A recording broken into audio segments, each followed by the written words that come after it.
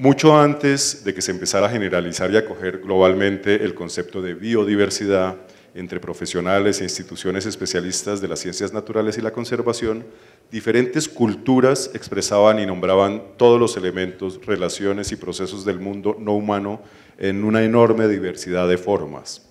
Aún hoy en día perviven estas expresiones y son reconocidas y protegidas por tratados internacionales y por normas nacionales.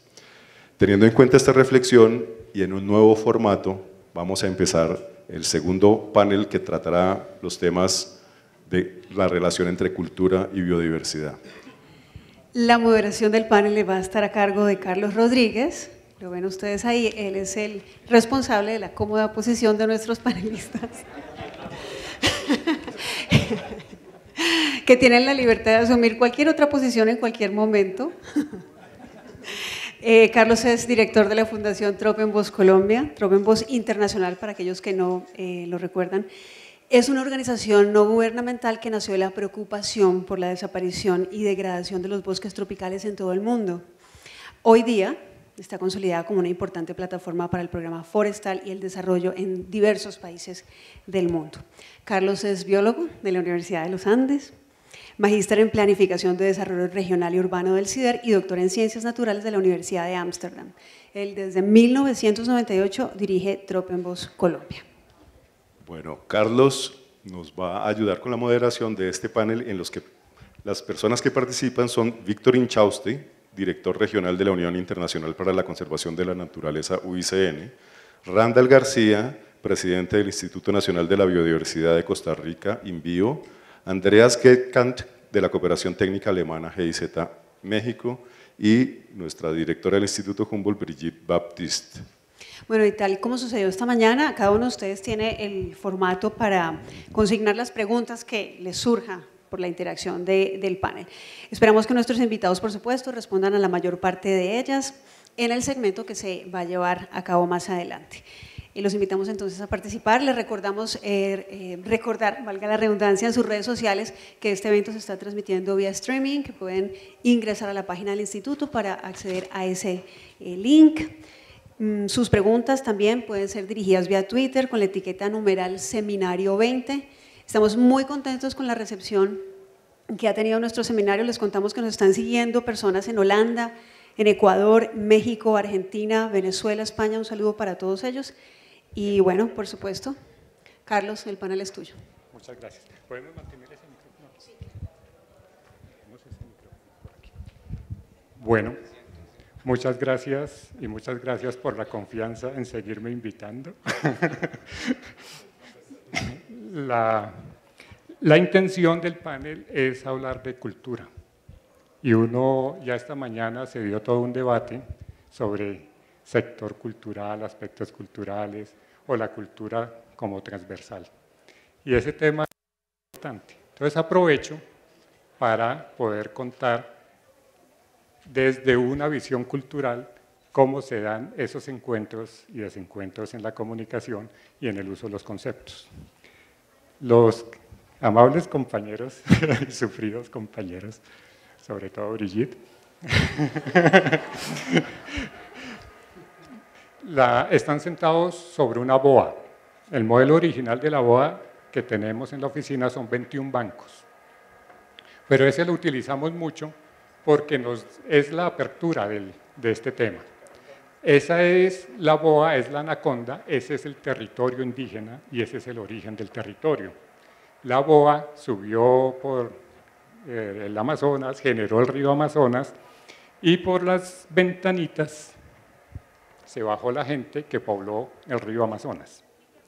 Y esta es una dimensión de gobernanza o de gobernabilidad o una visión mítica de manejo del territorio y de la naturaleza impresionante, porque es un mito que se repite entre todos los pobladores amazónicos y nos están mostrando que todos somos parte de la boa y todos somos unidad, y entre todos hacemos la unidad. Entonces hay gente que le correspondió ser de la cabeza de la boa, aquí está la cabeza, del centro de la boa en donde está Víctor y Brigitte, y de la cola de la boa en donde está Andreas. Esto quiere decir que hay un mito original. Este también es el árbol río, es el árbol del agua. Y nos lleva también a ver esos ecosistemas amazónicos como el mundo del agua. Siempre lo vemos como bosque tropical, pero es el mundo del agua en gran medida. Y acuérdense que es todo la regulación del agua casi que continental se da allí. En la mitología se dice que esta gran boa se fragmentó y a cada uno de los grupos le correspondió una maloca o un sitio en donde vivir. Ese sitio en donde vivir le fue asignado por los ancestros con la responsabilidad de responder por el cuidado del sitio y les dio todos los elementos para poder vivir bien. Y la idea es que esto es lo que representa el banco amazónico. El banco amazónico a cada uno le fue asignado, a cada maloca le fue asignada, y aquí es en donde se sienta el chamán a pensar el mundo y a mantener el balance del mundo. Por eso hay relaciones desde la cabeza hasta la cola y hay tareas rituales que se tienen que cumplir. Y las tareas comienzan a veces por la cabecera, a veces por la cola, a veces por el centro, yéndose hacia la cola, hacia la cabecera, y esas relaciones rituales son las que mantienen el orden del mundo. Y son las que mantienen el ciclo anual y el orden del ciclo anual. Conceptos que hoy lo llamamos cambio climático, etcétera, etcétera, pero que tienen un mito de creación y un mito fundamental que le da orden. Y no solo le da orden, sino que además le da ahí sí el orden de mantener el orden, que es el manejo balanceado de todo lo asignado, que son las plantas, los animales, los minerales, que a su vez son vistos como gente. Entonces uno con la naturaleza no establece relaciones utilitarias, sino relaciones con gente. Se socializa la naturaleza, es una humanización de la naturaleza para poder establecer relaciones responsables con ella. Entonces, si uno tiene este gran mito y esta gran visión local de qué es la naturaleza, cuáles son las relaciones y cuál es su manejo, pues obviamente no podía dejar de aprovechar la oportunidad para sentarlos en las diferentes partes de la BOA para establecer un conversatorio sobre cultura. Es bien difícil abordar el tema, porque uno empieza a decir biodiversidad. ¿Qué es biodiversidad? Otra vez el debate, otra vez. Pero en un ejercicio muy juicioso que hicieron en el instituto, sacaron una serie de preguntas directrices que sí nos van a permitir abordar el tema. Biodiversidad se estableció como el concepto, y el concepto que utilizamos todos, y que es bien interesante, porque el Instituto de la Biodiversidad es el Instituto Humboldt, pero cuando se crearon el resto de institutos en Colombia, cada uno tenía una tarea, pero todos terminan también trabajando en la biodiversidad. Y un instituto se llamaba Humboldt, y uno llega a las comunidades y dicen, ¿y quién es el señor Humboldt? Y a veces el instituto no han llegado a preguntar por el señor Humboldt. El Instituto del Pacífico era el von Neumann. ¿Quién eran von Neumann y von Neumann en el Pacífico? ¿Qué tenía que ver eso?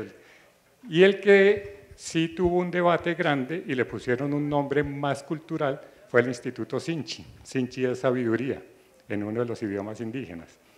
Entonces, claro que el manejo de los conceptos tiene implicaciones en todo lo que se desarrolla con el uso de él.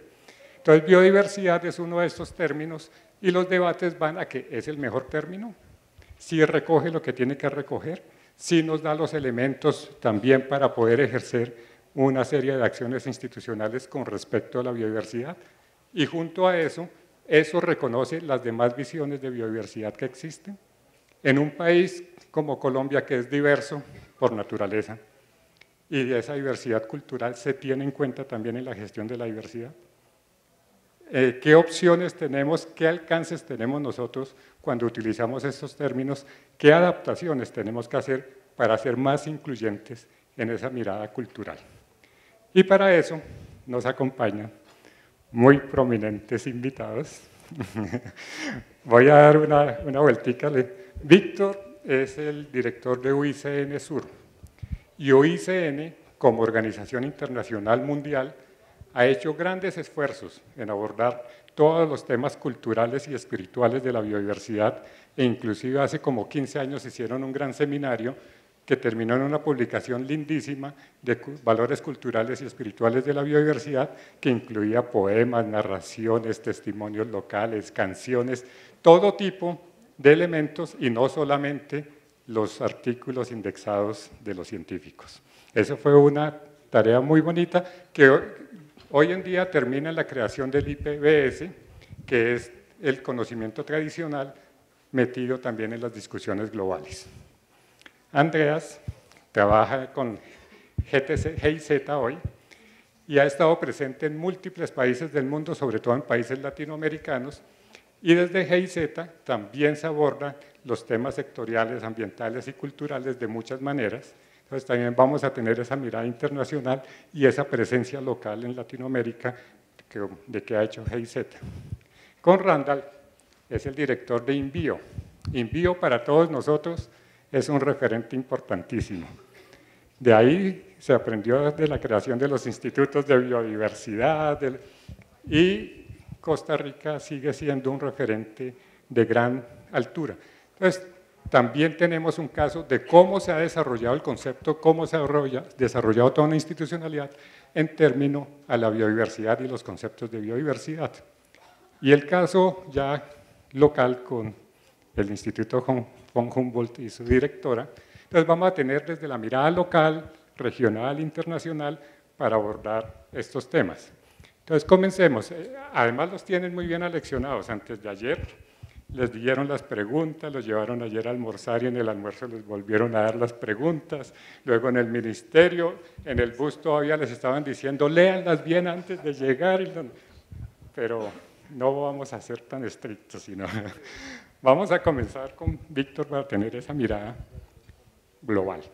Y de ahí vamos generando un conversatorio serpenteante. Muchísimas gracias por invitarme, por invitarnos acá. Realmente un gusto siempre estar en Colombia, en Bogotá y diferentes ciudades. Un placer. Gracias nuevamente por esto y por esa magnífica introducción acerca de la BOA, este mito que me gustó mucho y podríamos hablar todo el día de mitos. También agradecer a varios representantes de organizaciones que también son miembros de la Unión, que hay varios en Colombia. Todavía el Estado no es miembro como Estado, pero la mayoría de sus institutos de investigación sí lo son. Entonces tenemos una relación de trabajo muy fuerte como Unión y agradecer por ese esfuerzo. Tal vez para empezar algo muy importante es algo que mencionaba y que lo vimos ya en la mañana, es todo el tema de diversidad. Y cuando hablamos no solo de biodiversidad, de diversidad, y también a veces ponemos un marco genérico que sí es importante tener un lenguaje común, pero cómo dentro de ese lenguaje común podemos mantener esta diversidad de gobernanza, diversidad de miradas, diversidad de interpretar la naturaleza, diversidad de cómo iniciamos. Por ejemplo, si bien aquí hay por decirlo así, un orden, la cabeza y la cola, estamos empezando por la mitad. Entonces, es importante como en ese esfuerzo de, si bien no decimos uniformizar, pero de tener un lenguaje común, a veces nos olvidamos de crear estos niveles, si ustedes quieren, de homologación o de traducción. Y los pueblos indígenas, comunidades locales, realmente tienen una gran sabiduría para adoptar y adaptar estos procesos de interpretación y de análisis y de traducción.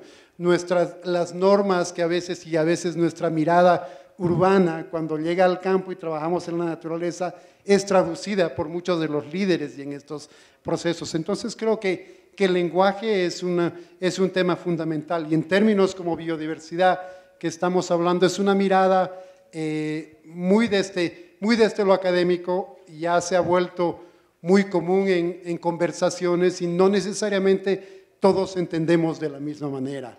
Hubo un estudio hace 4 años acerca de qué se entiende por naturaleza desde diferentes grupos.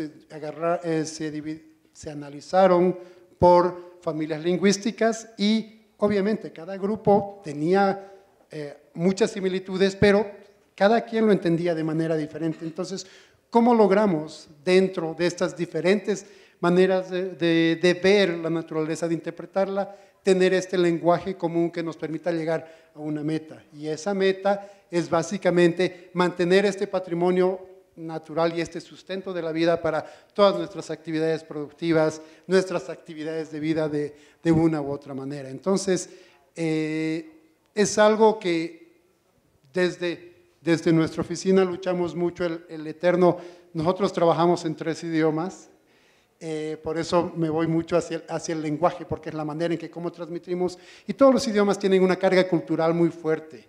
Entonces, muchas veces usamos términos que vienen dentro en otro lenguaje, que viene dentro de otro contexto cultural y lo bajamos a nuestros documentos. Y todos nuestros documentos donde decía management dice gestión, y no necesariamente en el contexto cultural donde se usan estas palabras significan lo mismo. Entonces, creo que esta parte cultural, el lenguaje, es cómo logramos tener estos procesos sin desconocer, aprendiendo de lo que es generado en otras latitudes, pero entendiendo el contexto. Y es a veces donde nos perdemos, donde no entendemos los contextos, donde trabajamos y no entendemos procesos nacionales o regionales. Y peor en ámbito internacional es muy importante conocer. Creo que, y esta mañana se habló mucho, es la interdisciplinaridad, pero creo que es muy importante también la interdisciplinaridad dentro de la disciplinaridad, es decir, como hablábamos en el almuerzo con Cristian acerca de cómo universidades en otros países están avanzando en estos procesos, pero son estas miradas integrales de la vida que hemos perdido y debería estar presente absolutamente en todo. Entonces, tal vez esto para no copar más el tiempo, y no sé si seguimos por la cabeza o por la cola.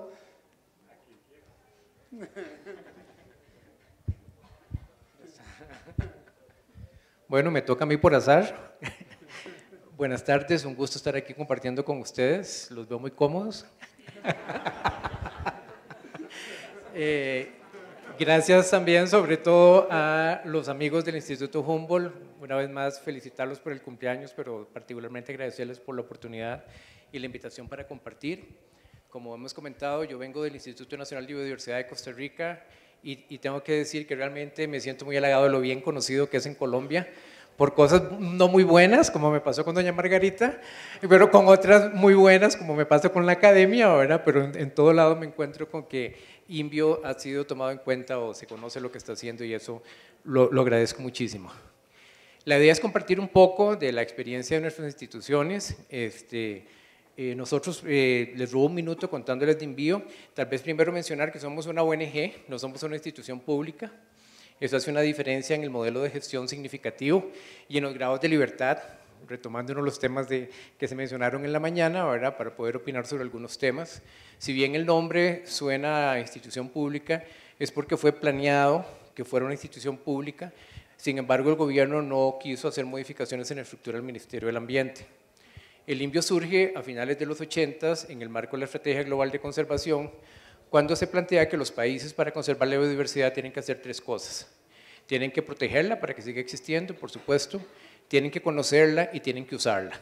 Y que una estrategia de conservación de biodiversidad requería inversión en los 3 pilares si se quería que fuera sostenible en el largo plazo y si se quería pues, que tuviera sentido para la sociedad. Costa Rica en aquel entonces había sido muy exitoso en lo primero, en protegerla, y protegerla a toda costa en el sentido de que generaba muchos problemas sociales. Se compraba la tierra, se sacaba la gente, etcétera, etcétera, y era un modelo bastante agresivo desde el punto de vista social, y el Ministerio del Ambiente plantea cómo cambiamos de paradigma donde conservación es sinónimo de protección, a que conservación es sinónimo de proteger, conocer y usar el recurso. De ahí surge la idea de crear este Instituto Nacional de Biodiversidad como un instituto público. Sin embargo, como les mencioné, el gobierno no estuvo de acuerdo, entonces las mismas personas que lo pensaron dijeron, bueno, ¿y si lo hacemos privado? Y el presidente de la República dijo, adelante.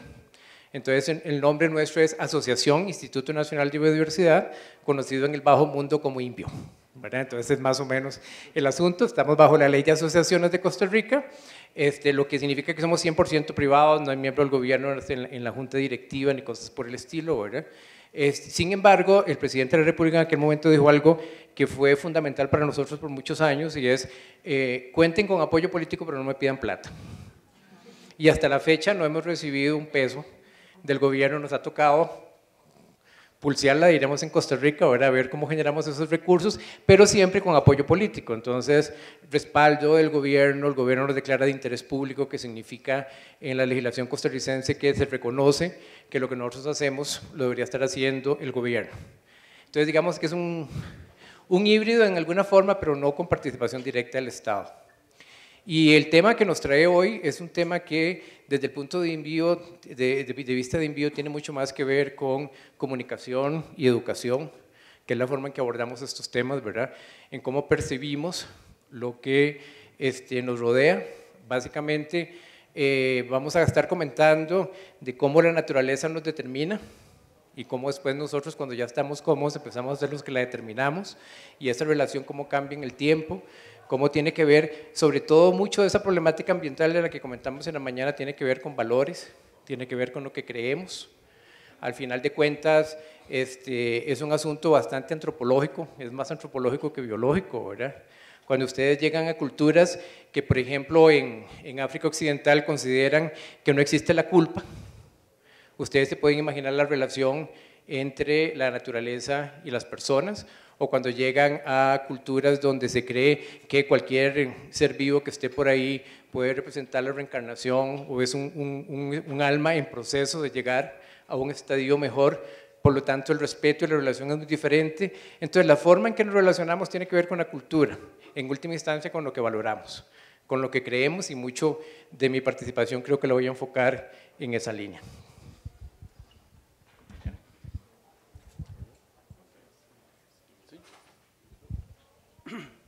Sí, buenas tardes. Yo estoy sumamente agradecido que me invitaron a esa ronda aquí y a ese aniversario, porque ya desde los primeros años del Instituto Humboldt, mis primeros años también en la GTZ, en aquel tiempo GTZ, uno de los primeros grandes proyectos que tenía chance de acompañar era uno de los proyectos del Instituto Humboldt sobre el mecanismo de facilitación del convenio de biodiversidad con Christian Samper.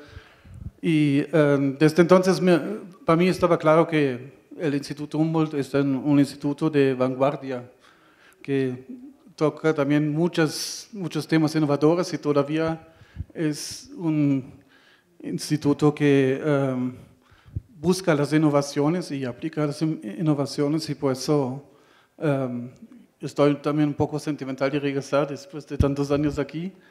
Y sobre todo estoy contento de estar en este panel también sobre cultura, porque yo creo que sí ayuda mucho de reflexionar sobre el tema, esa pregunta. ¿Tenemos una cultura de biodiversidad? Esa pregunta también fue bien interesante. Si podemos hablar de una cultura misma de biodiversidad. Yo diría que, viéndolo también del punto de vista de mis actividades en los últimos 20 años, acompañando también el convenio de biodiversidad, es un tema que ha producido muchos impactos, no solamente impactos deseados, pero muchos impactos interesantes. Si lo veo, por ejemplo, con la discusión que tuvimos sobre el convenio de biodiversidad, de integrar también todos los temas socioeconómicos en un convenio marco que antes estaba pensado solamente de ver el tema de conservación, y después revisado en 92 llegó a un convenio marco muy complejo. Se veía después por muchos años más eso como el último resort, la última área protegida del espíritu de Río. Los otros grandes convenios de cambio climático se fueron a un lado mucho más importante, pero más a una esquina en donde fue menos accesible, y después de 10 años más o menos todavía el convenio de biodiversidad tenía esa fama que reúne muchos actores, no tanto del sector privado, pero de todas las otras actores, y estaba abierta en su forma de trabajar la variedad de temas. Por eso el convenio de biodiversidad tiene mucho que ver con un auge en la discusión sobre la diversidad de culturas también y sobre la amenaza que tenemos en esta época de la pérdida de cultura en total. Y sí, uno de los grandes logros del convenio era también de tener este mensaje también que diversidad cultural y diversidad biológica van mano a mano. Y en ese sentido ayudó mucho de crear ciertos rasgos de una cultura, aparte de valorar también el tema diversidad, en contra de monocultivos, también monocultivos del pensamiento. Y en ese sentido siempre tenía cierto grado de anarquía también las discusiones que se han desarrollado dentro del convenio. Pero por otro lado, sí ayudó mucho de estimar también el valor de la diversidad. En ese sentido, me gustaría mucho después regresar a algunos ejemplos también concretos en donde se puede ver también efectos que tenía en los diferentes actores, ¿no? Y eso es algo que yo creo que podemos desarrollar en este círculo más tarde, a ver cuánto tiempo aguantamos. Pero yo creo que sobre este mensaje de cultura y biodiversidad, yo creo que hay mucho que discutir y mucho intercambiar, donde podemos ver que sí hay también avances y no solamente frustración. Bueno, en el instituto yo creo que cotidianamente nos enfrentamos a un conflicto de escalas cuando pensamos en la relación entre cultura y biodiversidad. Porque una cosa es lo que define la nación en su conjunto a través de sus normas, instrumentos y también instituciones como, digamos, de interés nacional, o define la biodiversidad como patrimonio de la nación.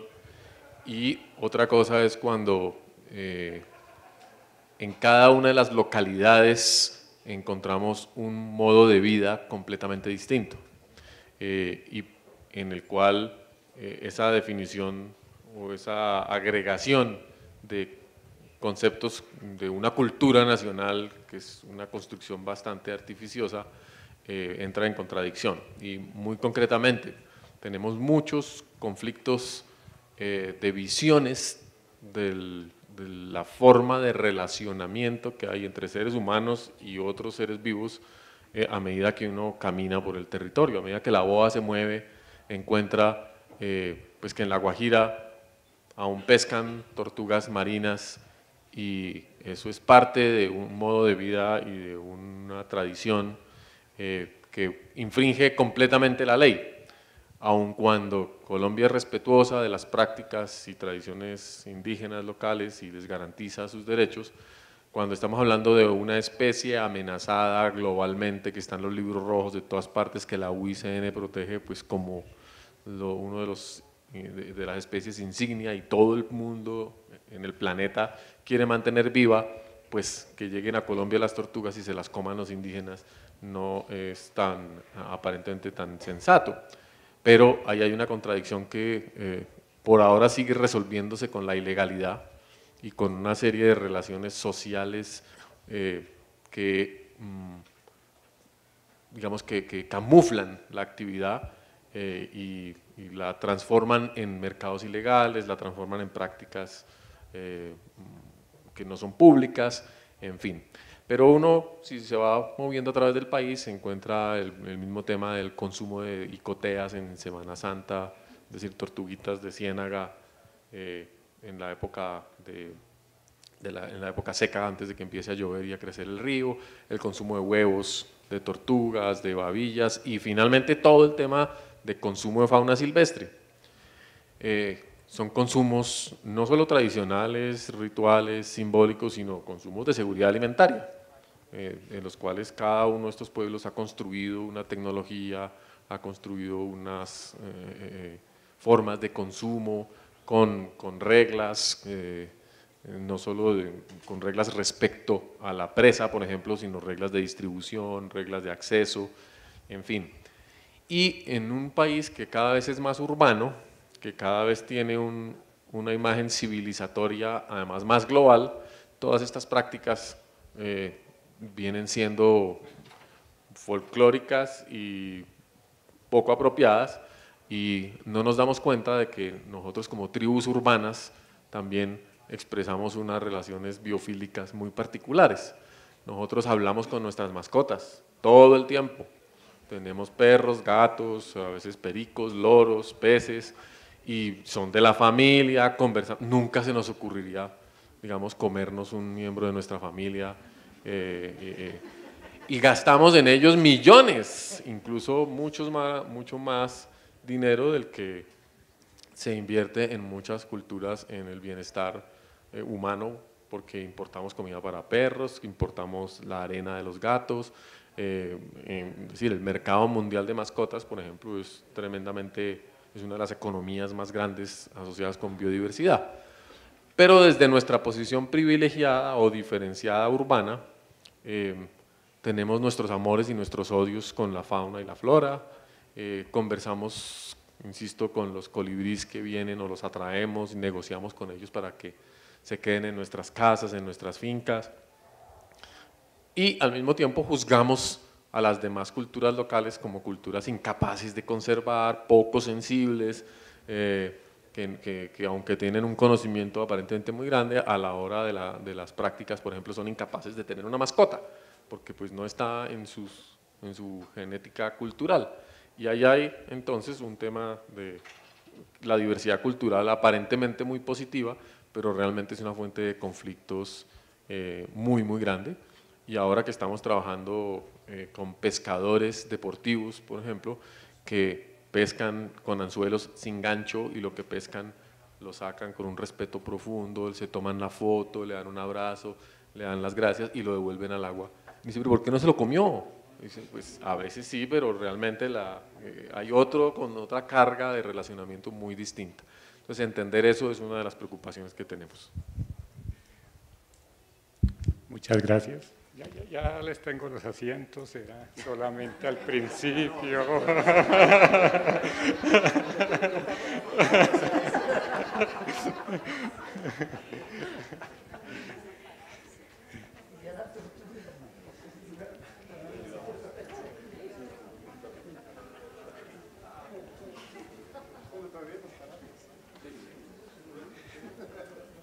No, esto también es...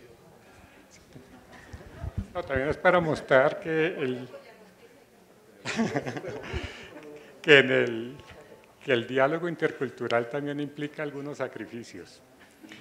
Esta es una reproducción del mambiadero, y en el mambiadero es en donde se habla, y el mambiadero tiene normas estrictas de quién es, en dónde se sientan, quién tiene la palabra, etcétera, etcétera, pero también esa parte tiene muchísimo que ver con la concentración y el ejercicio de la concentración, la rectitud de la espalda, etcétera, etcétera, que no deja de ser interesante. Y obviamente para abordar estos temas que ya se han tocado desde muchas perspectivas, tenemos que conocer los contextos. Pero ¿cómo conocemos esos contextos? Que va a ser la segunda fase. Randall nombró de la énfasis en comunicación y en educación, y puso los ejemplos de las dimensiones religiosas de muchas culturas. Brigitte pues habla de toda esa diversidad de las mascotas, que ahí el moderador no debe meterse tanto, pero en el mundo indígena las mascotas se tienen cuando el cazador mata a la mamá y queda con la mascota y la tiene que adoptar como hijo.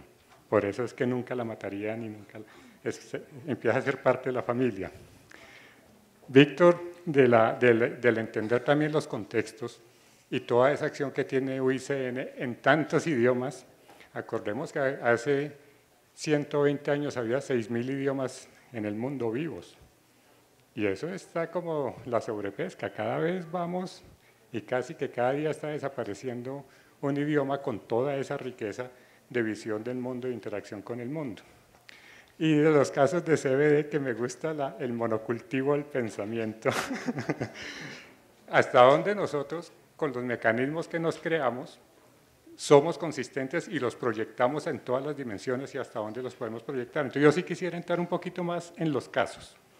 Y en los casos estos, hasta dónde llega la educación y hasta dónde la educación y la comunicación sí ha jugado un papel en Costa Rica para que haya pues, un acercamiento mayor al tema de la cultura, la diversidad cultural y los valores culturales de la biodiversidad. Gracias.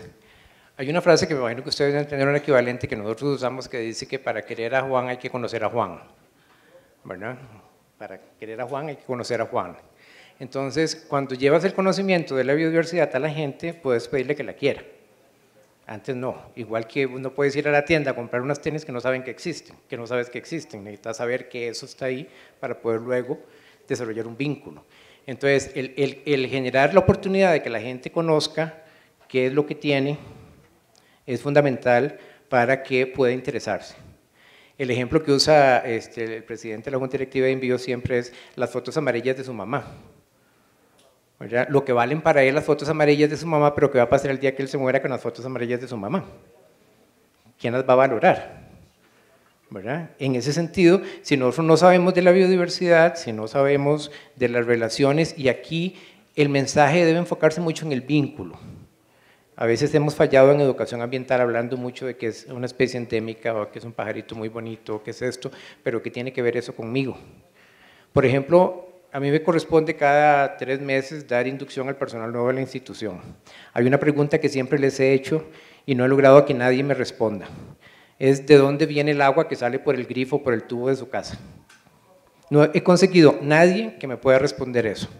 Entonces, están cortando los bosques en la zona norte del Valle Central y eso no tiene nada que ver conmigo, aunque de ahí viene mi agua. Entonces, ¿cuál es la información que hace que se tome conciencia? Es fundamental y quizá de la experiencia, la que muestre vínculos, de ahí el tema de servicios de los ecosistemas que hablaremos luego, probablemente es la que tenga más sentido. Porque cuando se han desarrollado, y por Costa Rica ha desarrollado muchas campañas de educación ambiental por mucho tiempo, campañas de simplemente cuidar, al final tenemos reacción de la misma población cuando lo que se necesita es usar. O cuando lo que se necesita es conocer, porque el mensaje fue del valor que tiene de existencia, que está muy bien, todo eso está muy bien, por supuesto, y es necesario, pero hay otros sectores de la sociedad que reconocen otros valores, más relacionados con el uso, y entonces si uno quiere que toda la sociedad se comprometa con el tema de la conservación, necesitas atacar diferentes grupos sociales con diferentes mensajes. Y en todos los casos, ¿qué tiene que ver eso conmigo? Por ejemplo, las señoras oyen en televisión de la crisis de la desaparición de las abejas. A las señoras no se les ha ocurrido que sin abejas no tienen flores en el jardín, ¿verdad? No tiene nada que ver con ellas. Entonces, ¿cómo evidenciamos esas relaciones? Es quizá en este momento lo que hemos percibido como aprendizaje, que es la manera más exitosa de lograr que la gente se movilice. Hace algunos años hicimos una campaña con una de estas agencias que hacen las encuestas para los candidatos a presidente, pero una campaña sobre los valores ambientales de los costarricenses. Y la conclusión de esto es que el 92% de la gente dijo estar informada sobre temas ambientales, el 50% dijo estar preocupada, el 7% dijo estar haciendo algo. Y ese es el punto, ¿verdad? ¿Cómo pasamos? Sin embargo, hay una oportunidad, hay 50 que ya están preocupados, si les llevamos debidamente el mensaje, quizás los podamos movilizar a que hagan algo, ¿verdad?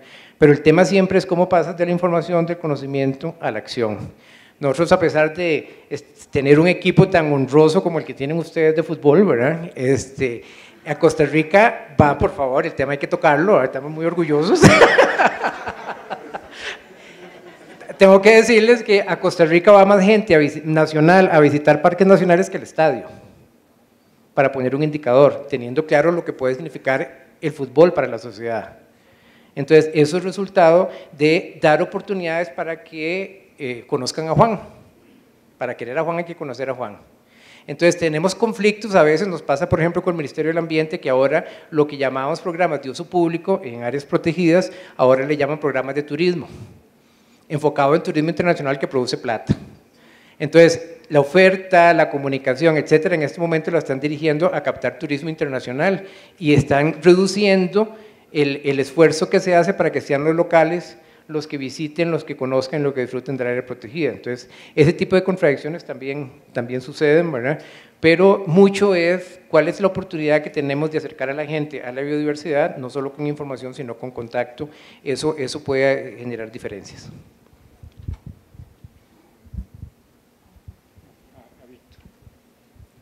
Para lo mismo, y de estos casos específicos y acciones específicas de UICN en sus programas transpaíses, para incluir esta parte ya en casos específicos y 1 o 2 casos específicos que sean relevantes para el tema cultural. Perfecto. Creo que voy a empezar cambiando la tónica hacia algo más, digamos, más fácil de entender para todos, en el sentido de que ahora me siento muy cómodo en este grupo, muy feliz de estar con ustedes, pero estamos hablando básicamente para nosotros. Y esto es de que por muchos años, y creo que lastimosamente hasta ahora, por lo menos esto pasaba en el colegio de mis hijas, agarraban y les preguntaban, oye, ¿y qué hace tu papá? No era muy fácil decir, mi tío es ingeniero, etcétera, y ellas a veces no podían explicar en qué trabajaba su papá. Ah, trabaja en conservación. ¿Y qué es eso? Bueno, viaja y habla, ¿no? Y se reúne. Entonces, eso es cómico, pero a la vez es muy trágico, porque si yo no puedo explicar a las personas más cercanas, que quiero mucho, mis parientes, mis amigos, ¿qué es lo que hago? Y más allá de pasar, no ese es el loquito que está preocupado por la basura y los pajaritos. Si es que no puedo explicar eso, ¿cómo esperan que explique al resto de la sociedad? Entonces, esta es una reflexión que me he hecho y hasta ahora sigo intentando de que mis hijas entiendan qué es lo que yo hago realmente y que creo al final acaben sentarme y hablar, pero creo que es muy importante es cómo logramos entender estos procesos en el contexto nuevo de comunicaciones. El otro día hablamos de que todos los jóvenes que están acá, toda la gente muy tecnológica, ya cambiamos, ya nada seguimos en plataformas antiguas, todo lo que son Windows XP, etcétera, estamos entrando, vamos a botar el teclado, vamos a entrar a todo el sistema de reconocimiento de voz, a todo el reconocimiento táctil en la tecnología, y hasta ahora no cambiamos, pero hay algo que tampoco va a cambiar, o por lo menos en gran parte de la sociedad, es esto, de sentarnos y hablar. ¿Cómo logramos usando las herramientas antiguas de sentarnos y hablar? Por eso estamos aquí y no en una gran teleconferencia, streaming live, todos desde Costa Rica, desde México, desde Ecuador, desde Colombia, sino es importante esta relación, y es eso, para responder lo más rápido posible a la pregunta. Comunión trata de, bueno, primero que la unión, asumo, a veces no correctamente,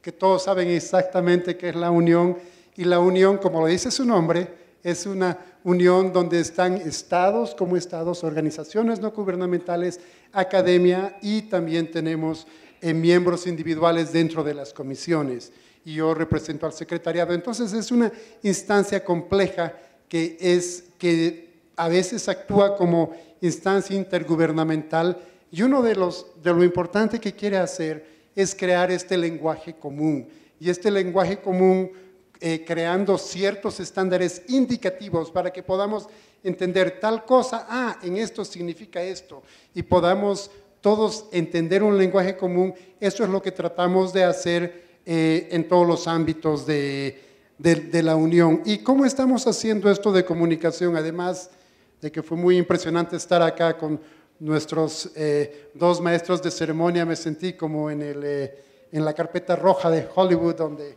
decían además sigan el hashtag, no sé qué, y que nos están viendo en vivo, pero es importante usar estas herramientas tecnológicas. El que es importante tiene tweet y tiene su página web y tiene su blog, además tiene que estar comentando, entonces son las nuevas formas de relacionarnos que hay. Ahora con la telefonía celular, todos nuestros puestos de guardaparques o muchas de las instituciones tienen acceso a los SMS inmediatamente. Tenemos mucho más acceso a la información y a la tecnología. Las personas, los productores en el campo allá donde usted se imagina que no hay nada, están asociados a esto. Entonces, en eso mismo la Unión con todos sus miembros entra a estas herramientas, tratamos de que nos sigan los tweets, los ministerios, nos sigan las mismas organizaciones miembros y estamos entrando al tema de la tecnología, sin olvidar, y esto es muy importante, sin olvidar tal vez la palabra no sea adecuada, la intervención local, es decir, las acciones en campo, donde tenemos que seguir fortaleciendo lo que son los mecanismos de comunicación y toma de decisiones locales, presentes en asambleas locales, asambleas generales, entender muy bien la dinámica de la toma de decisiones locales y cómo comunicar y a dónde. Muchas veces, sin querer, se llega a lugares donde se empieza a hablar con alguien en la comunidad que no necesariamente es el primero que deberías hablar, sino entender mucho más estos procesos. Entonces, si no entendemos el contexto, como decías en un principio, y no usamos las herramientas de comunicación adecuadas, sean masivas, sean más locales a diferentes escalas, como hablaban esta mañana, es muy difícil. Es por eso que para nosotros como Unión es relativamente fácil, porque tenemos miembros que son muy a nivel local, que representan a organizaciones locales, academia, hasta grandes organizaciones internacionales. Entonces, transitar esos mundos es muy interesante y para eso tenemos que usar todas las herramientas y adaptarnos a esa diversidad de mensajes y de herramientas.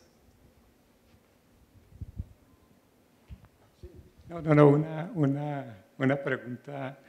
¿Cómo participa una organización indígena, afrocampesina, dentro de todo este contexto y dentro de todo ese acceso tecnológico y la comunicación? Bueno, el contexto colombiano no lo conozco, pero desde donde yo conozco muchas comunidades, la mayoría que parecerían alejadas de este contexto urbano, tienen relación, no necesariamente tuitean, casi en todos los lugares hay cafés internet, donde sí tienen un acceso muy directo, especialmente los jóvenes. Y ya hay muchos programas, por lo menos en Sudamérica han habido muchos programas de poner la tecnología, cortar la brecha tecnológica en la mayoría de las ciudades. Entonces, sí hay mucho de comunicación. Algunos de mi generación o de generaciones anteriores, era todo por radio. Antes, todas las comunidades, y es un elemento que tampoco debemos perder, seguían habiendo los mensajes. No sé si todavía acá hay, en algunos países todavía hay los mensajes. Vayan a esperarme con la canoa que llego con lo que sea, con víveres o lo que sea. Eso era muy común. Mande bestia, eso. O mil felicidades a mi tía que se encuentra en tal lugar. Entonces, eran formas de comunicación que existen y que no por estar en ciudades, no es que no existan en muchas comunidades rurales. Es más, para todo lo que son temas de dirigencias, hay unos contactos inmediatos. Usted está hablando con representantes de comunidades campesinas y en muchos casos están comunicándose por mensaje o por el celular con la gente en la comunidad para retroalimentación en muchos casos, cuando se están negociando. Entonces, sí se han disminuido bastante las brechas y se están usando, no es privativo de las ciudades. En la misma línea de la comunicación, el conocimiento de los contextos, la unanimidad de esos casos específicos, porque CBD es de aplicación global, pero me imagino que en muchos casos estas situaciones concretísimas de comunidades, ¿cómo se ve? Bueno, entonces voy a describir dos casos diferentes, uno de mi trabajo actual y el otro retomando un poco una actividad que hicimos aquí en Colombia, que tiene mucho que ver también con ese tema de cultura. En realidad, esa idea salió a finales de los años 90 de Edward Wilson, si quieren, el padre de biodiversidad, de hacer un evento de 24 horas terminando un territorio y buscando todo lo que se encuentra en un sitio, en un terreno definido, todo lo que se encuentra de plantas y de animales y todo. Él lo hizo solamente para científicos. En Alemania ganamos la revista Geo de entrar también en ese tema, porque ellos definieron un día de la biodiversidad, aunque en alemán ellos hablan siempre un día de la diversidad de especies, porque todavía el concepto biodiversidad les parece muy complejo, entonces muchas veces en Alemania se habla diversidad de especies. Bueno, con eso se puede vivir también. En los últimos 15 años se ha desarrollado como un movimiento, porque en Alemania ya este Día de la Biodiversidad que se celebra en junio de esa revista, una revista privada, ya tiene en este día como 180 hasta 200 actividades en toda Alemania, Austria y Suiza, en donde la gente sale al campo y están investigando lo que se encuentra en biodiversidad junto con científicos. Una actividad muy linda. En 2001 buscamos también con Geo de hacerlo también al nivel internacional, y el primer evento fue aquí en Colombia en el año 2001. Creo que fue también un aniversario, los 200 años de investigación alemana-colombiana, conmemorando los 200 años del viaje de Alexander von Humboldt. Y en esta ocasión se tomó la ciudad de Villa de Leyva, eran como 2.000 estudiantes y 150 investigadores que se fueron un día en el campo y buscaron todo lo que encontraron, de fósiles hasta la vida, hasta las especies vivas. Y de esa manera también dejan en un evento muchos descubrimientos que tocaron también las personas que la primera vez conocieron otro aspecto de la vida que les rodea, ¿verdad? Y ayudó mucho, o todavía ayuda mucho, de explicar también el tema de investigación, de taxónomos, que hacen taxónomos. Justamente esa combinación de buscar también personas que conocen de la biodiversidad junto con estudiantes, creo que sí sembró también es un aporte muy importante también de tener este cambio en el pensamiento, de buscar qué valor tiene la biodiversidad. Y se amplió esos eventos internacionales, normalmente también son en 6 hasta 8 países en paralelo. El secretariado del convenio también apoya a esas organizaciones. Lo que más simpática me parece es que la iniciativa vino del ámbito privado, porque es una revista que tiene que ganarse su dinero, pero ellos piensan que la biodiversidad es un tema tan interesante que también se puede hacerlo como editores privados, ¿no? Ese es un ejemplo donde yo creo que ese es un pedacito que puede dar un cambio, que puede cambiar también la cultura de sacar de una esquina desconocida los biólogos, los taxónomos y presentar que a través de la curiosidad y del descubrimiento también apoyar la valoración de biodiversidad. Esperemos el otro caso, porque abrimos aquí un tema que es fundamental. El tema pues va en biodiversidad y los conceptos de biodiversidad y hasta dónde llevan, y se han nombrado casos que siguen siendo un poquito formales porque es la visión académica que tenemos de la biodiversidad. Este último caso que nombra Andreas es fabuloso porque es también la participación ciudadana y la ciencia ciudadana y elementos de la ciencia ciudadana allí. Pero ¿qué tanto? Y voy a aprovechar el diálogo de saberes y el diálogo de saberes sustanciado en los institutos de biodiversidad. Bueno, esa es una tarea bien complicada porque siempre existe la tentación a proponer un sistema de convalidación de conocimientos, como la primera forma de aproximar. Sí, yo reconozco la diferencia, respeto la diferencia, pero finalmente lo que usted quiere decir en su interpretación del mundo es esto. Y dice, no, usted no puede traducir lo que yo le estoy diciendo simplemente porque yo vivo en un contexto, yo tengo una visión compleja de las cosas y realmente distinta, y si la única forma de que conversemos es que usted me valide, pues estamos construyendo una relación de poder también asimétrica y ahí ya se rompe el diálogo. Entonces, ¿cómo combina uno epistemologías, formas de pensamiento de manera realmente respetuosa? Pues hay que construir un diálogo desde otro nivel, un diálogo en el cual pues lo primero es generar confianza, el respeto debe manifestarse en la forma en que uno se presenta sus ideas, presenta su manera de trabajar y en escuchar las otras maneras sin juicios de valor de por medio, y finalmente comenzar a identificar eventuales espacios de interacción, donde ninguna de las dos epistemologías o de las 3 o 4 o 5 tiene por qué imponerse sobre la otra.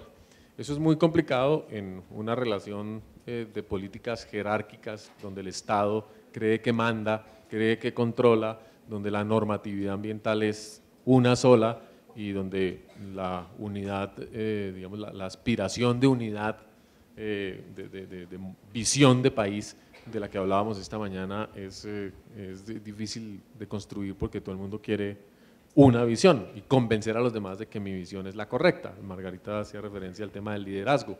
Entonces, ¿qué tal que el Instituto Humboldt decidiera construir una narración de la biodiversidad colombiana y esa es la que va a adoptar el Ministerio de Educación y esa es la que se va a exportar, digamos, a todos los ámbitos locales? Estaríamos claramente en contradicción con nuestra propia filosofía y no estaríamos ayudando a construir multiculturalidad y probablemente tampoco a solucionar ninguno de los retos que tenemos por delante. Entonces el trabajo de construir confianza, construir un verdadero diálogo que empieza, como les decía, de esa manera, va llegando hacia más bien cómo el instituto ayuda a los pueblos tradicionales, a los pueblos locales a hacer un manejo de sus propios recursos de acuerdo a sus propias expectativas, de acuerdo a sus propias agendas y a su propia visión y eventualmente a través de eso construir un nexo de confianza y, digamos, de amistad a largo plazo, porque pues somos connacionales y estamos comprometidos en esa visión. Ahí hay que construir 80 y pico de agendas, 90, 100 agendas, porque esa es la diversidad cultural con la que tenemos, y si bien Colombia no tiene un reconocimiento, por ejemplo, oficial a los lenguajes y a los idiomas de los otros pueblos que debería tenerlos, pues reconoce su existencia y la importancia de que sean utilizados, pero incluso la educación en lengua o en idioma propio aún es muy débil y el Estado no necesariamente está apoyando ese derecho. Hay muchos pueblos que aún, digamos, no tienen recursos públicos para fortalecer sus proyectos culturales porque tienen que pasar por unos filtros de validación. Colciencias, nuestra institución científica, no acepta proyectos de conocimiento propio todavía, en la medida en que solamente formas de conocimiento occidental se consideran válidas para recibir recursos, porque la idea del desarrollo es la que viene como resultado de los experimentos, digamos, clásicos o del conocimiento occidental. De manera que estamos muy lejos de realmente tener un ámbito,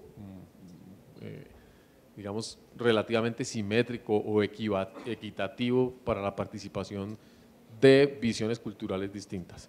Y mientras tanto, insisto, por otro lado, emergen visiones completamente novedosas de la fauna, de la flora, de los ecosistemas, como pues todos los movimientos animalistas. Entonces, en la ciudad es un conflicto grandísimo porque hay gente que defiende los hipopótamos que los narcotraficantes trajeron al medio de Magdalena, que se liberaron y que ahora representan pues un grave problema de conservación. Tenemos varias decenas de hipopótamos que ya están pululando en un país y la gente empieza a construir idearios de conservación de los hipopótamos porque es lo que siempre han visto en los documentales de televisión. Y entonces, ¿cómo se les ocurre hacer carpaccio de hipopótamos? Si también tienen derecho y el derecho a la vida es un tema serio, es muy importante. ¿Cómo así que hay que exterminarlos, controlarlos, esterilizarlos?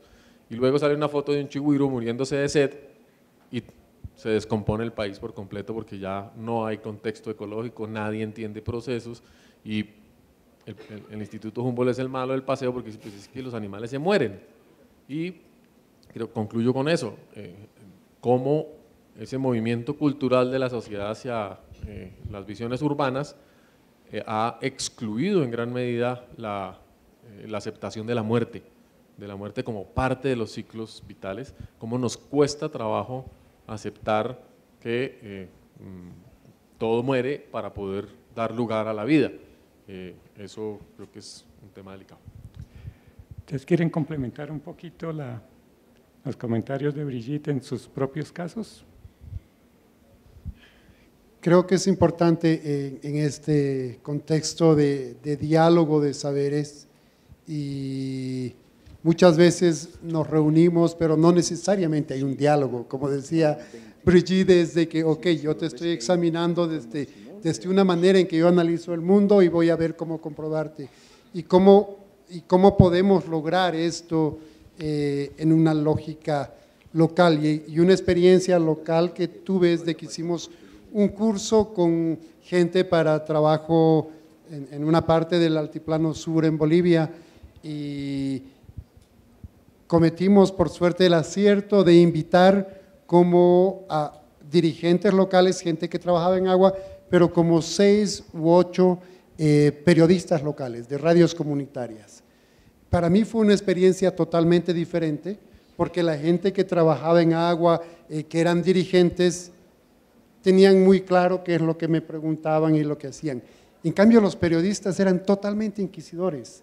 Es decir, preguntas que no te esperaban, visiones que no te esperaban, era mucho más coloquial, no tenían nada que perder, es decir, tenían todo que ganar, porque inmediatamente te hablaban y sacaban el celular, por eso digo, y buenas tardes, estamos hablando desde la radio en vivo, desde la ciudad de La Paz, y estábamos hablando a 500 kilómetros de la ciudad, y tenemos aquí una pregunta para el doctor, ¿qué opina de tal cosa? Ya uno a veces ahí tenía que responder, pero llegaba localmente, que es una maravilla. Entonces, ese es el tema de diálogo que necesitamos. Y, por ejemplo, en nuestras organizaciones tenemos a los comunicadores muy respetados que hacen comunicación. Y el rol va mucho más allá, es un rol estratégico que debe darse para este diálogo. A veces ni siquiera oímos a nuestros comunicadores, ni sabemos qué queremos decir. Entonces, muchas veces este diálogo de saberes no solamente es un diálogo de saberes locales, sino entender lo que piensan de las otras ciencias, porque a veces pensamos que es un tema urbano-rural, pensamos que es un tema solamente cultural. A veces no me puedo entender con un ingeniero cuando estamos hablando de la misma cosa, o no me puedo entender con un ingeniero de software, peor aún. Entonces, creo que el tema de saberes va por lo cultural, pero también por lo disciplinario. Tal vez agregar que más allá del léxico está la visión que está detrás de las palabras, ¿verdad? En nuestro caso, la Ley de Biodiversidad definió que después de 6 meses de publicada la ley, los indígenas iban a definir cuál iba a ser el mecanismo de distribución de beneficios por el acceso a recursos de la biodiversidad en sus territorios o por acceso al conocimiento. Después de año y medio no había sucedido nada, entonces hicimos un proyecto con la Mesa Nacional Indígena, esta mañana le comentaba a Braulio un poco el caso, para ir en Costa Rica, 8 grupos étnicos, es 1% de la población en el 5% del territorio, o sea, es una situación bastante diferente, hablando de contextos, ¿verdad? Entonces, se hizo la consulta a los 8 grupos sobre cómo querían manejar el tema de distribución de beneficios, etcétera, se habló de la ley, los conceptos y demás, y los 8 grupos étnicos llegaron a la misma conclusión, que eso a mí en lo personal me impresionó muchísimo, que tiene que ver con la visión. Ellos dicen, mire, a ustedes les interesa una sustancia que está en una planta, que está en un territorio que los blancos me pueden quitar. Cuando yo tenga certeza de que los blancos no me quitan el territorio, yo me preocupo por la planta y me preocupo por la sustancia, antes no. ¿Verdad? Eso nos habla de una estructura de análisis de la realidad diferente a la nuestra, ¿verdad? Donde no importa la situación del territorio, puedes ir a sacar el compuesto que ocupas, ¿verdad? Fue muy interesante, pero además, hablando del léxico, una señora se me arrima al final y me dice, mire, dice, yo soy artesana y ocupo la tinta de un caracol que está en el Parque Marino Ballena, yo cojo el caracol, lo estripo un poquito, saco la tinta porque me produce el color morado que yo ocupo para mis telares. Me dice, ¿usted cree que si yo estoy haciendo eso y llega un guardaparque y me ve, él va a entender que yo estoy haciendo uso de un derecho sui generis? O sea, que comunicar los conceptos no es tan complicado. Eso es parte del punto, y yo lo quería alimentar con ciertos casos de la vida profesional. En parte, la institucionalidad y los conceptos dejan pocos espacios, pero también dejan una cantidad de desafíos que no son tan difíciles de abordar. Un solo par de anécdotas en un proyecto que tuvimos con una organización, el SENA en Colombia, que es la educación técnica para todo el país, es de las instituciones más grandes. Hicimos un proyecto para fortalecer la presencia del SENA en contextos interculturales. Y pues uno dice el SENA, que es gigantesco, tiene 3.000 instructores, ofrece cursos para casi 5 millones de personas por año. Es muy difícil que ese tema entre. Pues no es tan difícil, porque es parte de la ley, es parte de los arreglos institucionales, es parte de los compromisos del Estado, pero uno se basa siempre en la práctica, en cómo hacer. Había nuevos diseños curriculares, pues se piensan y se hacen, y se pueden hacer, y salieron 30 y pico de diseños curriculares nuevos, pero en la parte administrativa hay unas limitaciones enormes. Este indígena no puede ser el profesor de ese curso. ¿Por qué?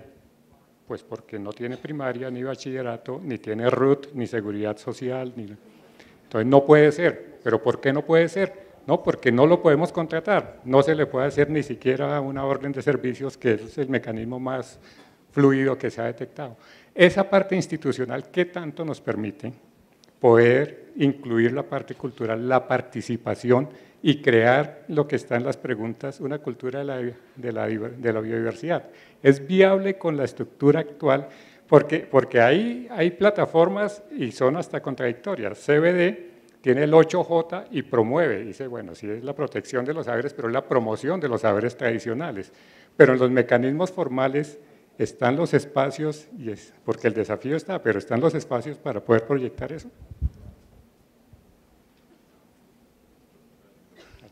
Por favor. Es una pregunta fundamental para la inclusión. Y en el diálogo que hemos sostenido recientemente con Colciencias, para la validación de nuestros propios resultados. Los trabajos que se hacen de investigación para la toma de decisiones de política, obviamente una parte llega a los journals internacionales y a los centros de validación de conocimiento, digamos, ortodoxos de Occidente, y tiene que ser así, pero otra parte está buscando es la incidencia en la toma de decisiones, y los investigadores no están motivados a hacerlo porque no tienen reconocimiento por ello. Digamos, si un investigador desarrolla una actividad persistente de cinearte, o tiene un proyecto alternativo de comunicación, es decir, usted está perdiendo el tiempo en términos del reconocimiento a su hoja de vida, a su carrera o a un sobresueldo. Colciencias, entonces, nuestra institución, digamos, que lleva la validación oficial del conocimiento, hace un par de años inició un trabajo de reconocimiento de productos del conocimiento bajo estándares muy distintos. E incluso en este momento, bajo esos estándares, reconoce que uno puede proponer un producto de conocimiento y el mecanismo de validación interna del producto de conocimiento, donde, digamos, un conocedor indígena perfectamente puede decir, pues yo sé, yo pues quisiera cierto reconocimiento para enseñar en una universidad o para, por cualquier motivo que quisiera, y eso debería ser posible siempre y cuando paisanos suyos le digan, sí, este señor sí conoce y no está usando, perdón la referencia, no está usando las plumas para vender cualquier cosa, porque todos tenemos derecho a inventarnos nuestra profesión. Y el tema de la seriedad, del rigor y de la validez interna del sistema de conocimiento, pues se regula por el mismo sistema de conocimiento, por cada grupo. Y en el instituto estamos adoptando, digamos, esa visión para poder contar con investigadores locales, con sabedores tradicionales, pero el problema llega a la oficina de personal. ¿Sí? Y la hoja de vida del señor, ¿cómo lo meto al sistema de seguridad social? ¿Cómo? Dice, no, pero ya por ahora ya podemos dar el paso de contar con él o ella para reconocer de alguna forma su aporte al conocimiento, dar los créditos adecuados y permitirle ejercer su trabajo de una manera equivalente a la de otros conocedores. ¿Qué hubiera sido en muchos países de no ser por un mecanismo que admitiera el conocimiento de grandes sabios que no pasaron por la universidad, que no tuvieron formaciones ortodoxas y que realmente aportaron de manera gigantesca al desarrollo científico y cultural de sus países? En Colombia, el Mono Hernández.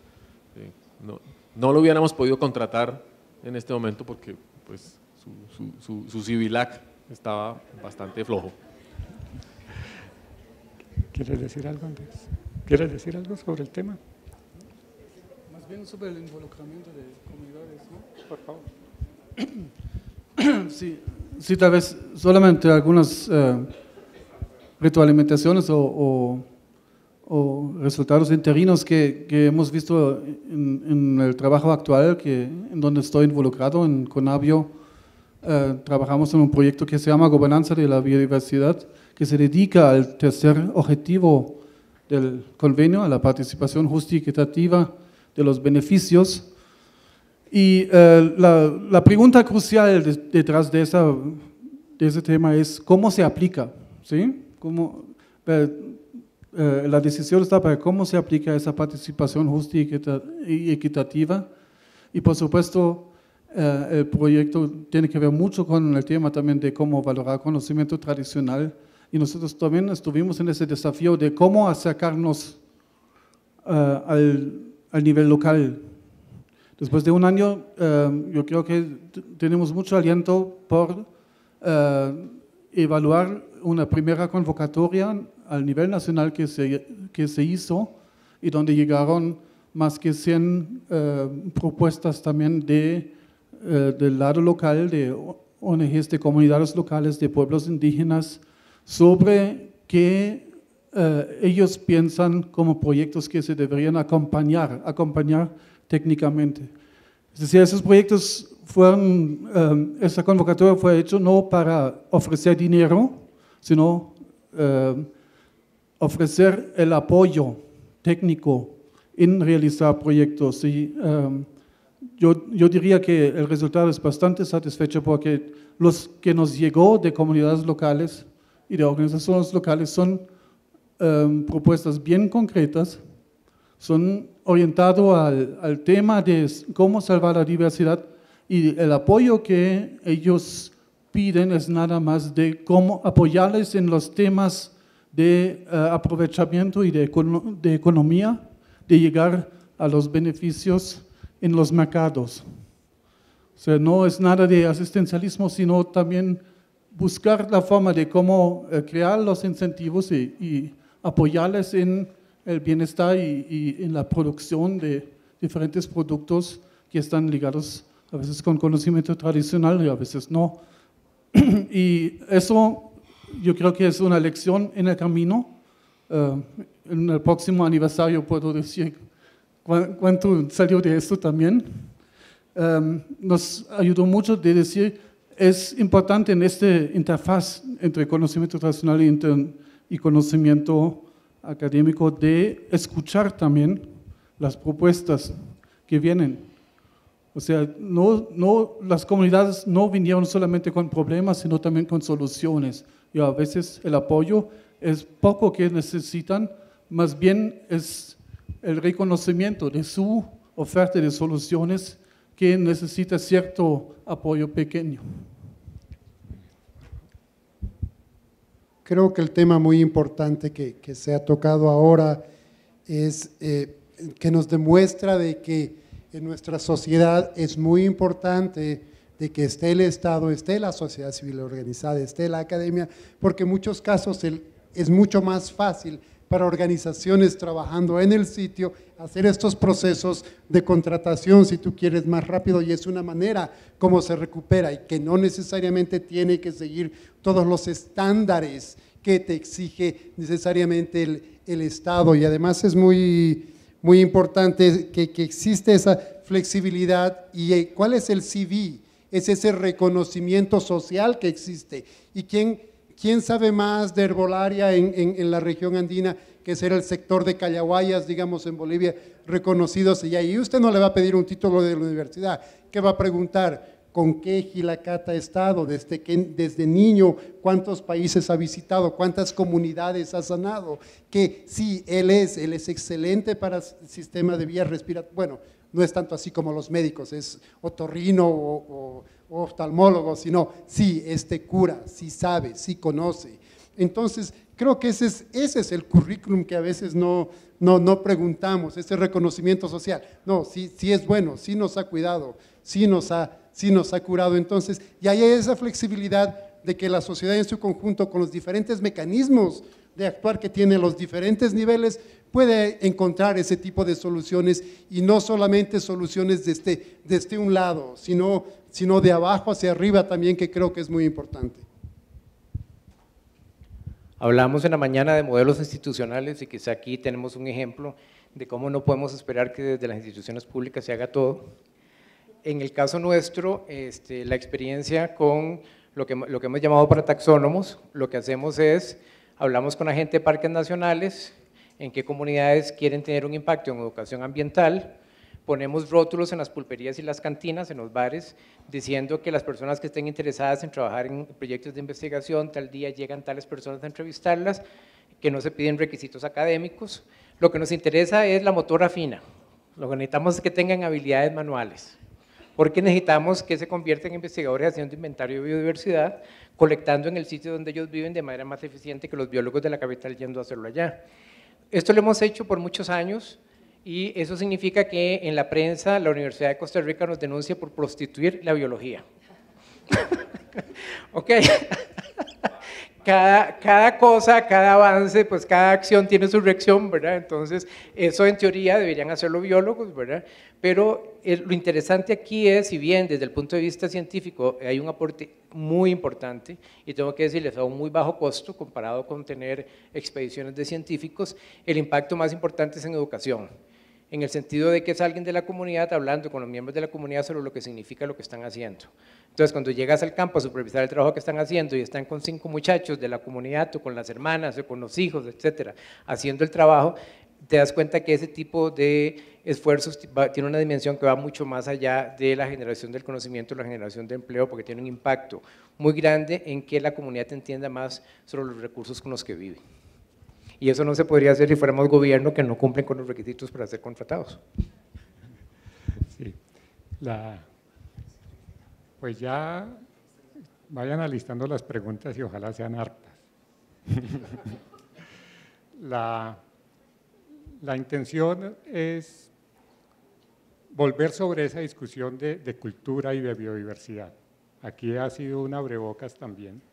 Y esta última parte institucional pues es fundamental, porque parece que se reconoce el tema, se reconocen los tratados, en los convenios, en las leyes, se reconoce en la institucionalidad, pero parece existir aún cierto temor a avanzar en él y a utilizar los espacios. Víctor Hugo ha nombrado uno de los caminos, con la Universidad Nacional, y miro a Gonzalo. También tenemos una serie de interacciones de muy largo plazo, pero en la Universidad Nacional aún no hemos logrado que los conocedores indígenas se reconozcan en alguna categoría, y ya más pruebas no podemos hacer. Y tenemos anécdotas. Don Abel era el guía de los que estudiaban vegetación, y don Abel saca una lista de más de 470 árboles y los dibuja. Y además dibuja el bosque en donde están, y además dibuja la estacionalidad del bosque y las relaciones ecológicas. Pues eso no lo hace nadie. Bueno, ya lo reconocieron con un premio internacional que nos va a servir mucho de apoyo para poder seguir dando estas peleas de cómo incluir ese conocimiento de tú a tú. Por eso me gustan los bancos, que en los bancos se sienta uno en círculo, como que utiliza otro tono de voz, más en equilibrio.